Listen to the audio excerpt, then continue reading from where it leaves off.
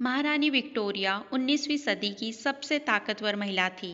उनके कार्यकाल के दौरान ब्रिटेन की हुकूमत का सबसे ज़्यादा विस्तार हुआ। दुनिया उन्हें उनकी सख्ती, अनुशासन प्रियता, राजकाज में दक्षता और लोगों पर पूरा नियंत्रण रखने के लिए याद रखती है। लेकिन महारानी अपने जीवन के ज़्यादातर बरस अपने खोए हुए प्रेम को याद करती रही। राजमहल में रहने के बावजूद महारानी विक्टोरिया का प्रेम जीवन आम लोगों जैसा ही था। जब विक्टोरिया 17 साल की थी, तभी यह तय हो गया था कि इंग्लैंड की अगली महारानी बनेंगी। कहते हैं कि उस दौरान उनकी मां ने अपने भांजे प्रिंस अल्बर्ट को जर्मनी से बुलाया ताकि वह विक्टोरिया के साथ मेलजोल बढ़ाकर उसे अपने प्रेम में बांध सके और इंग्लैंड की संपत्ति का एक बड़ा हिस्सा उनके मायके की तरफ चला जाए। जो भी रहा हो, एक पारिवारिक समारोह के दौरान विक्टोरिया और अल्बर्ट की मुलाकात हुई। अकेली और अलग थलग रहने वाली विक्टोरिया ने पहली नज़र में ही अल्बर्ट को पसंद कर लिया और उनके नाम तारीफ से भरे बेशुमार खत लिखने लगी।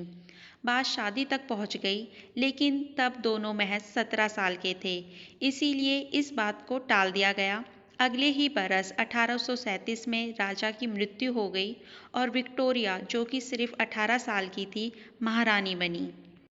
सूझबूझ से काम लेते हुए उन्होंने सबसे पहले अपनी मां को दूर किया और अपने प्रधानमंत्री लॉर्ड मेलबर्न की सलाह से राजकाज चलाने लगी।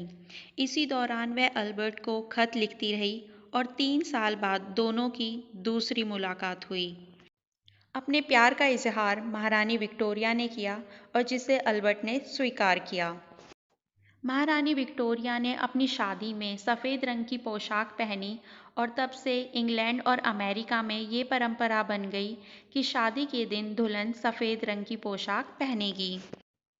इंग्लैंड से बाल श्रम को हटाने में अल्बर्ट की पहल काबिले तारीफ मानी जाती है। उन्हीं बरसों में अल्बर्ट महारानी से सिफारिश करते हैं कि इंग्लैंड का राज परिवार गुलामी प्रथा को ख़त्म करके पूरी दुनिया के सामने मिसाल पेश करे। रानी से कह कहकर उन्होंने कला, साहित्य और समाज सुधारक के क्षेत्रों में काम कर रही 150 से अधिक संस्थाओं को आजीविका मदद दिलाई। यह सब वह काम बेहद शालीनता से करवाते हैं।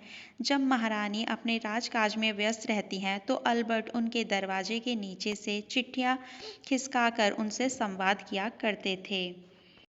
अल्बर्ट की हर ऐसी हरकत पर महारानी का उनके प्रति प्रेम बढ़ जाता था। बाद के बरसों में अल्बर्ट उनके निजी सचिव बन गए। उनकी पहल से ही इंग्लैंड की संस्कृति में कई परिवर्तन आए, जैसे कि अल्बर्ट के कारण ही इंग्लैंड में और फिर बाद में दूसरे देशों में क्रिसमस के दौरान क्रिसमस ट्री को लगाकर सजाया जाने लगा। यह परंपरा जर्मन की थी, जिसे इंग्लैंड में लाने का श्रेय अल्बर्ट को ही है। दोनों के 9 बच्चे थे, लेकिन टाइफाइड के कारण 1860 में अल्बर्ट की मृत्यु हो गई और विक्टोरिया तो जैसे टूट ही गई और रो रो कर उनका बुरा हाल हो गया। उन्होंने राजकाज छोड़ दिया। 3 साल के लिए वे एकांतवास में चली गई और जब वे लौटी तो बेहद अलग थी, बदली हुई थी। महारानी विक्टोरिया ने कसम खा ली कि मातम के काले लिबास के अलावा वह किसी दूसरे रंग का कपड़ा नहीं पहनेंगी और यह कसम उन्होंने आखिरी दम तक निभाई। 1901 में जब विक्टोरिया की मृत्यु हुई, उन्हें अल्बर्ट के पास दफनाया गया। महारानी की आज्ञा के अनुसार अल्बर्ट की पसंदीदा पोशाक को महारानी के साथ ताबूत में ही रखा गया। तो महारानी विक्टोरिया की ये जानकारी आपको कैसी लगी, हमें कमेंट कर ज़रूर बताएं। तब तक के लिए बाय बाय।